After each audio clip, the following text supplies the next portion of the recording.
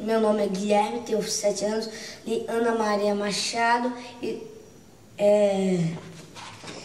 De Ana Maria Machado, Festa no Céu.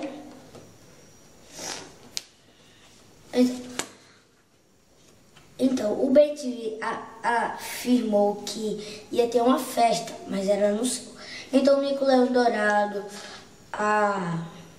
o Tatu e a anta e o Jabuti tiveram uma ideia.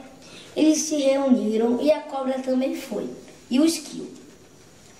Mas aí, cada um teve uma ideia. Mas, na verdade, só foi 2. Porque o esquilo não queria ir, a anta não queria ir, a cobra não queria ir e o Tatu também não queria ir. Só o macaco e o Jabuti que queriam ir. O macaco procurou a árvore mais alta da floresta, mas não encontrou uma que fosse até as nuvens. Então, o Jabuti, ele pediu ajuda ao urubu, mas o urubu, ele não deu ajuda. Então, ele voou. O Jabuti pediu ajuda ao seu compadre, a garça. Ela voou e voou até as nuvens e o macaco ficou só olhando e balançou a mão como tchau.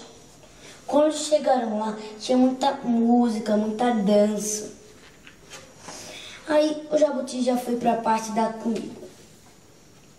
Ele comeu e ele ficou bem gordinho. Então, ele ficou bem cheio. Mas aí eles ficaram em volta, ficaram cantando, dançando, brincando também. E também, vou dizer as pessoas que foram. A libélula, o tucano, a coruja, a garça, e ele, e a borboleta, e o pica-pau, e os outros pássaros, e a coruja, né? Você sabe dos outros pássaros. E o urubu também, é claro. Então, depois que cantar e dançaram muito, e o Tatu ficou cheio, aí ele entrou na viola do urubu, porque ele não sabia voar. Aí, quando o urubu estava indo embora, ele cantou uma música. E aí, o cágado ficou assobiando. Aí, quando ele ouviu isso, ele fez isso no violino.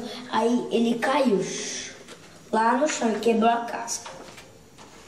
Mas os amigos dele consertaram a casca com cola e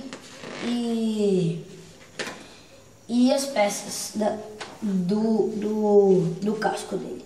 E fim, tchau.